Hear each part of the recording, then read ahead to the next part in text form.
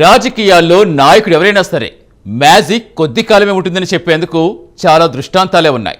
నాయకుడికి ప్రజలను ఆకట్టుకునే శక్తి ఎల్లకాలం ఉండదు. కొద్ది రోజుల తర్వాత నాయకుడిలో ఉన్న జనాకర్షణ పోయి అతను సాధారణ పొలిటీషియన్ అయిపోతాడు. ఆ మనిషిలో చూసేందుకు ఏమీ ఉండదు. మాటలో పదులు తగ్గుతుంది. కొత్త ఐడియాస్ ఇవ్వలేడు. ఎవరో రాసిచ్చిన పదాలు వాడాల్సి వస్తుంది.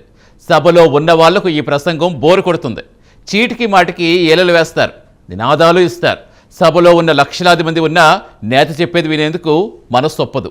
ఇటీవల జరిగిన బీఆర్ఎస్ రజతోత్సవ సభలో పార్టీ అధినేత కేసీఆర్కి ఎదురైంది ఇదేనా? నాయకులే కాదు, పార్టీలు కూడా ఇలా జనాకర్షణ శక్తి కోల్పోతాయా? ఇలాంటి పరిస్థితి వస్తుందని కేసీఆర్ ఊహించారా? పాలిటిక్స్లో మ్యాజిక్లు జిమ్మిక్కులతో బతకాల్సి వస్తుందా? కేసీఆర్ తెలంగాణ మ్యాజిక్ ఏమైంది? 2023 తోటే ఆయనలో ఉన్న ఆకర్షణ శక్తి మాయమైపోయిందా?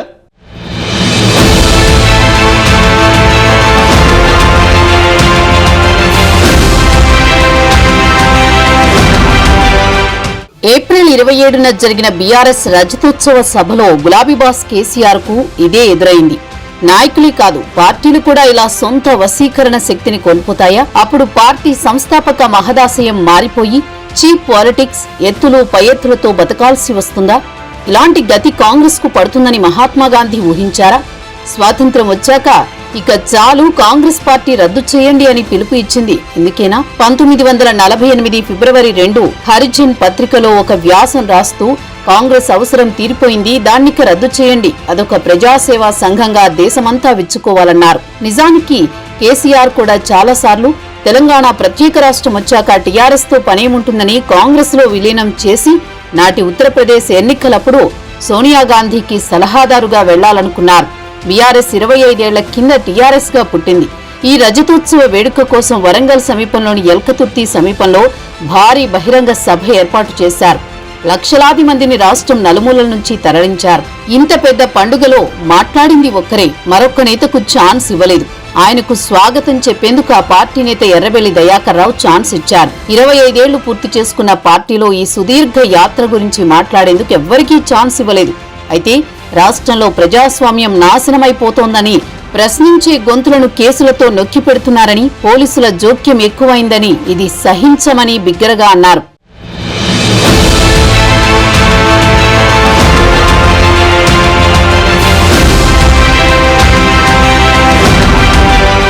తమ అభిమాన టీం బాగా ఆడుతారని మైదానానికి వెళ్లిన ప్రేక్షకులకు వారు సరిగ్గా ఆడకపోతే తీవ్ర అసంతృప్తికి లోనవుతారు.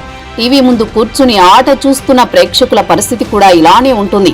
బీఆర్ఎస్ రజతోత్సవం సందర్భంగా కేసీఆర్ ప్రసంగం కోసం సభకు వెళ్లిన వారికి, టీవీలో సోషల్ మీడియాలో చూసిన వారికి కూడా ఇలాంటి అనుభూతి ఎదురైంది.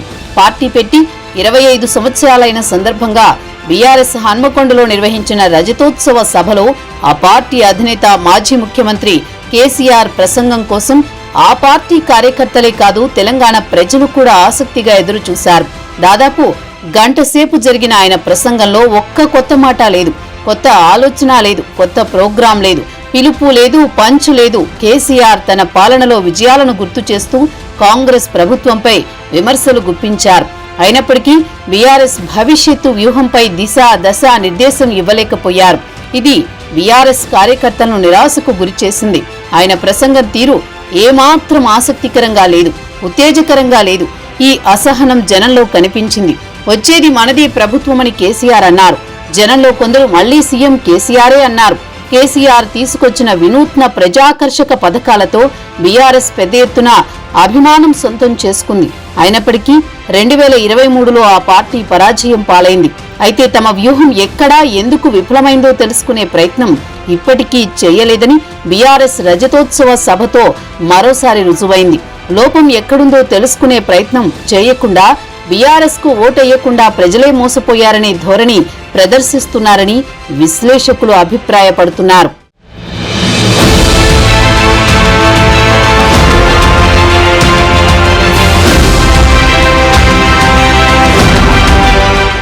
తెలుగునాట రాజకీయాల్లో ఏ నాయకుడికి మ్యాజిక్ లేదా వశీకరణ శక్తి ఎక్కువ కాలం నిలవలేదు. తెలుగు రాజకీయాల్లోకి మ్యాజిక్ ఎన్టీ రామారావుతో ప్రవేశించింది. అంతకుముందు వశీకరణ శక్తి ఉన్న నేతలు కాంగ్రెస్ లో లేరనే చెప్పాలి. గొప్ప వక్తలు ఉండవచ్చు, కానీ జనాకర్షణ లేదు. చాలా మంది స్వాతంత్ర ఉద్యమంలో పాల్గొన్న చరిత్ర భాషించారు.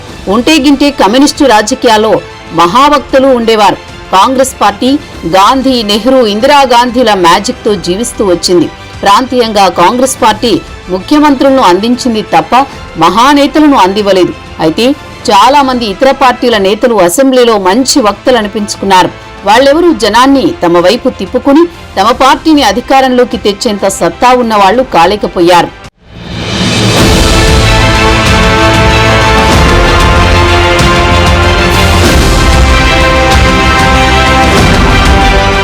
కమ్యూనిస్టు పార్టీ మాత్రం ఎందరో మహానేతలను, వక్తలను అందించింది. 1980 నాటికి కమ్యూనిస్టు నేతల మ్యాజిక్ కూడా పోయింది. అప్పుడు తెలుగు నేల ఒక మ్యాజికల్ పవర్ ఉన్న నాయకుడి కోసం ఎదురు చూస్తూ ఉందా అన్నట్లు తయారైంది. 1982లో ఎన్టీ రామారావు తెలుగుదేశం పార్టీ రూపంలో జనం ముందుకి వచ్చారు. ఆయన ఒక సుడిగాలి సృష్టించారు. రాజకీయాల్లోకి మ్యాజికల్ పవర్ ప్రవేశపెట్టారు. రాజకీయాల్లో కంటెంట్ ఫామ్ ని మార్చేశారు. ఎన్టీఆర్ ఉపన్యాసానికి ప్రాధాన్యమిచ్చారు. మంత్రశక్తి ఉన్న మాటలను ప్రయోగించారు. రాజకీయాలను గొప్ప ప్రదర్శన కళగా మార్చారు. బస్సులు, లారీలతో తోలి అవసరం లేకుండా జనం ఈ మాటల మాంత్రికుణ్ణి చూసేందుకు పరుగులు పెట్టారు. రాష్ట్రంలో కాంగ్రెస్ పార్టీ పునాదులు కదిలేలా చేశారు. ఆ దెబ్బ నుంచి కాంగ్రెస్ ఎప్పటికీ కోలుకోలేకపోయింది. అప్పుడప్పుడు అధికారంలోకి వచ్చినా ఆ కాంగ్రెస్ పాత కాంగ్రెస్ కాదని ఆట్టే తెలిసిపోతుంది. ఇలాంటి జన వశీకరణ శక్తి ఉన్న ఎన్టీ రామారావు మ్యాజిక్ కూడా ఎంతో కాలం నిలవలేదు. 1995లో పార్టీలో తిరుగుబాటు వచ్చింది. ఆయనను పదవి నుంచి పక్కకీడ్చేశారు.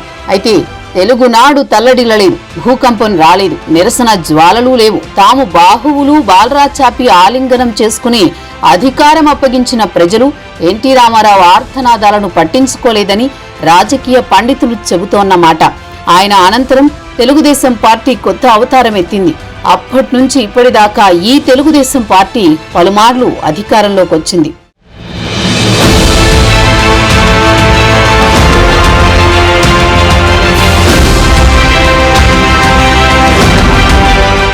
ఇకపోతే 2004 నుంచి 2009లో అధికారంలోకి వచ్చిన వైఎస్ రాజశేఖర్ రెడ్డి కూడా కొంత మంత్రశక్తి ప్రదర్శించారు. దానికి ఎన్టీఆర్ కు ఉన్న కళాత్మకత పోల్చలేం. కానీ రాజశేఖర్ రెడ్డిలో ఖచ్చితంగా కాంగ్రెస్ నేతలెవరిలో లేని ఆకర్షణ శక్తి ఉంది. ఆయన సభలకు జనం పరుగులు తీశారు. రాజకీయాల్లోకి ఆయన కొత్తదనం తీసుకువచ్చారు. ఎవరికీ అంతవరకు తట్టని కొత్త పథకాలు తెచ్చారు. కొత్త ఎత్తులు వేశారు. ఆయనలో లేని ఉపన్యాస కళకి ఈ పథకాలు హంగునిచ్చాయి. దానికి తోడు ఆయన పంచెకట్టు పలకరింపు, సాదాసీదాతనం ఆకర్షణను రెట్టింపు చేశాయి. ఆయన దెబ్బకి కేసీఆర్ తెలంగాణ గురించి మాట్లాడడం మానేశారు. నిజానికి అప్పుడే కేసీఆర్ మ్యాజికల్ పవర్ తగ్గడం మొదలైంది. దాన్ని మళ్లీ సమకూర్చుకునేందుకు చాలా కష్టపడ్డారు. ఆమరణ నిరాహార దీక్ష చేశారు. ఎమ్మెల్యేలతో, ఎంపీలతో రాజీనామా చేయించి ఉప ఎన్నికల్లో గెలిపించి తన నాయకత్వాన్ని నిరూపించుకోవలసి వచ్చింది. దీనికి వైఎస్ రాజశేఖర్ రెడ్డి మరణం, రాజకీయ ఆకర్షణ లేని రోషయ్య, కిరణ్ కుమార్ రెడ్డి సీఎంలు కావడం కూడా కేసీఆర్ కు కలిసి వచ్చిందని చెప్పవచ్చు. అప్పుడే తెలంగాణ ఉద్యమంలోకి జేఏసీ అనే ఓ కొత్త మహత్తర వ్యూహం ప్రవేశించింది. ఇది తెలంగాణ ఉద్యమాన్ని ఊరూరికి, వీధి వీధికి, ఇంటి ఇంటికి, కులానికి, మనిషి మనిషికి తీసుకువెళ్లింది. ఢిల్లీలోని కాంగ్రెస్ నాయకత్వం భయపడేలా చేసింది. 2014లో తెలంగాణ ప్రత్యేక రాష్ట్ర కళ నెరవేరింది. తర్వాత టీఆర్ఎస్ కొత్త అవతారం ఎత్తింది. పార్టీ అధికారంలోకి వచ్చింది. తెలంగాణని కేసీఆర్ ఏక ఛత్రాధిపత్యం కిందకి తెచ్చే ప్రయత్నం బాగా సాగాయని అప్పట్లో ప్రచారం జరిగింది.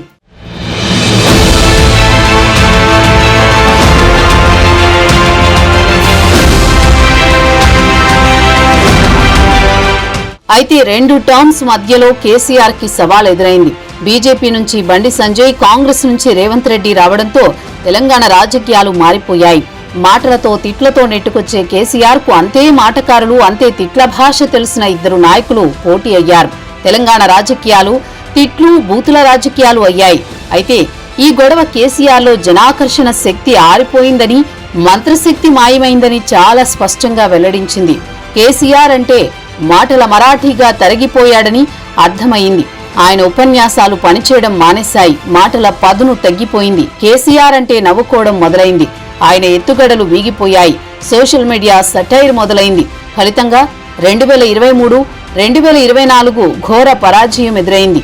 పార్టీ ఓటమి వల్ల ఆయన అసెంబ్లీలో కాలు మోపేందుకు కూడా జంకుతున్నారు. తనను ఆకాశమంత ఎత్తు ఎదిగినట్లు ఊహించుకున్నా జనం ఆయన్ని అందరిలాగా సాధారణ ఎమ్మెల్యేగా మార్చారు. దీనితో ఆయన సభలో కాలు మోపలేని పరిస్థితి వచ్చింది. కేసీఆర్ ఎల్కతుర్తి సభలో ప్రజాస్వామ్యం గురించి మాట్లాడుతున్నప్పుడు, పోలీసులు దుష్ప్రవర్తనను గురించి మాట్లాడినప్పుడు సభలో ఉన్న పిల్లలకు కూడా ఆయన ప్రోత్సహించిన ఫిరాయింపులు, ధర్నా చౌక్ రద్దు, ప్రొఫెసర్ కోదండరాంని అరెస్ట్ చేసిన తీరు, మంత్రులు, ఎమ్మెల్యేలు, ఇతర ప్రముఖులు కూడా ముఖ్యమంత్రి దర్శనం చేసుకోలేకపోయిన తీరు కళ్ల ముందు కదలకుండా ఎలా ఉంటాయి? జనంలో కేసీఆర్ ఇమేజ్ తగ్గింది. ఆయన ఊహారూపం కూడా బాగా చిక్కిపోయింది. ఈ నేపథ్యంలో బీఆర్ఎస్ ఎల్కతుర్తి సభ ఒక కొత్త దిశ చూపుతుందని, కేసీఆర్ కొత్త ప్రోగ్రాం ప్రకటిస్తారని, పార్టీకి కొత్త కార్యాచరణ అందిస్తారని ఏవేవో ఊహాగానాలొచ్చాయి.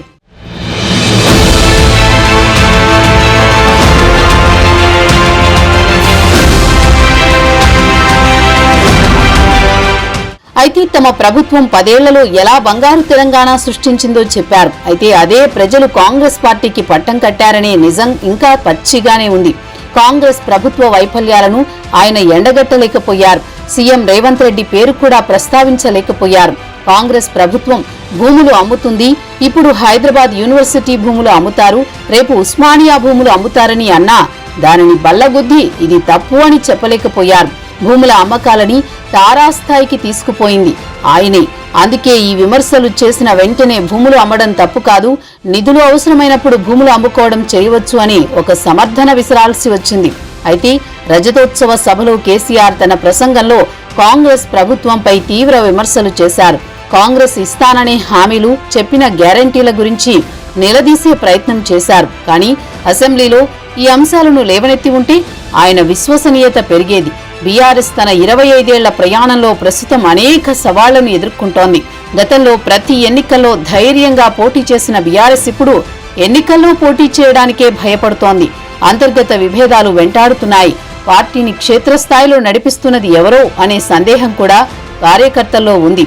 కాంగ్రెస్ ప్రభుత్వం పట్ల ప్రజల్లో అసంతృప్తి ఉన్న సమయంలో ఈ అవకాశాన్ని సద్వినియోగం చేసుకోవడానికి ఇప్పటికైనా ప్రయత్నాలు మొదలుపెట్టాలని రాజకీయ విశ్లేషకులు సూచిస్తున్నారు.